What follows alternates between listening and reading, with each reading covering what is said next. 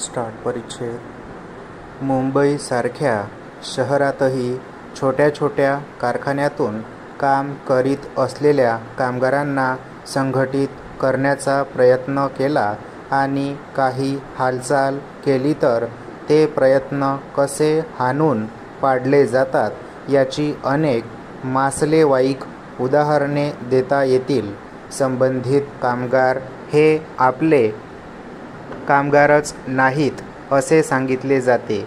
तसे सिद्ध करण्यासाठी बनावट कागदपत्र सादर केले जातात.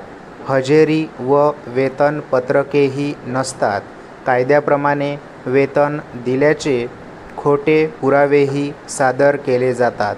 एकाच गाळ्यात चालू असलेले एकाच प्रकारचे उत्पादन पण 3-4 निरनिराळ्या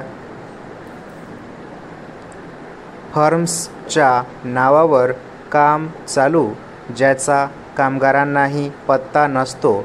रातोरात फर्म्सच्या नावाची पाटी बदलली जाते आणि या सर्वांना तोंड देऊनही जर काही निर्णय हाती लागलाच तर त्याची अंमलबजावणी केली जात नाही.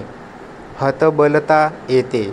शासकीय यंत्रणा जेथे दारात उभी आहे, वाहतुकीची चांगली सोय आहे, संघटित शक्तीचा काही आधार आहे, अशा ठिकाणी जर ही अवस्था असेल तर जेथे या सर्वांचा अभाव आहे त्या ठिकाणी काय परिस्थिती असेल हे आपण तर्काने जाणू शकतो. परिच्छेद असंघटितांना संघटित करण्यात अनेक प्रकारच्या अडचणी आहेत. हा दुर्बल कामगार परिस्थितीच्या दबावाखाली वावरत असतो. ज्या मालकाकडे तो काम करतो त्याचा दबाव, कौटुंबिक स्थितीचा दबाव, ग्रामीण व नागरी भागात सरकारी अधिकारी व प्रतिष्ठित समजली जाणारी मंडळी यांचा दबाव, अशा प्रकारच्या स्थितीमुळे तो दबलेला असतो.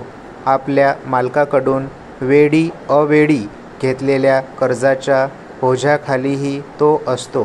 त्यामुळे एक प्रकारची लाचारीही निर्माण झालेली असते. अनेक ठिकाणी तो आपल्या वरिष्ठांच्या नात्यागोत्यातीलही असतो. संघटित होण्याचा आपण प्रयत्न केला तर आपल्यावर अधिक संकटे कोसळतील अशी साधार भीती त्याला मनातून वाटत असते. म्हणून संघटना उभारण्याचा प्रयत्न झाला तरी तो दबकतच वावरत असतो. कायद्याने आधार दिलेला असला तरी शासन यंत्रणा आपणास न्याय देऊ शकणार नाही असे त्याला वाटत असते. अशा अनेक कारणांमुळे त्याला संघटित करण्यासाठी होणाऱ्या प्रयत्नांना त्याच्याकडून पुरेसा प्रतिसादही मिळत नाही आणि अशा या परिस्थितीत त्याला संघटित करण्याचा प्रयत्न करणारेही थकतात. परिच्छेद आज याचा परिणाम असा झाला आहे की मोठमोठाले कारखाने वा संस्था यातील संघटित झालेले कामगार आपल्या संघटित शक्तीच्या जोरावर आपल्या परिस्थितीत सुधारणा करू शकले आहेत, आणखी करीत आहे. पण हा असंघटित कामगार मागे पडत चालला आहे, आणखी पडत आहे. त्याची दारिद्र्य अवस्था दिवसेंदिवस वाईट बनत चालली आहे. ग्रामीण भागातील कर्मचाऱ्यांची परिस्थिती तर भयावह आहे. मोक्याच्या ठिकाणी असलेला कामगार आणि असंघटित कामगार यांच्या उत्पन्नातील तफावत दिवसेंदिवस वाढत चालली आहे. द्रुत गतीने वाढणारी महागाई, अगणित बेकारी आणि सरासरी जीवनमानाची खालची पातळी या संदर्भातही वाढती तफावत चिंतेची बाब झाली आहे. स्टॉप.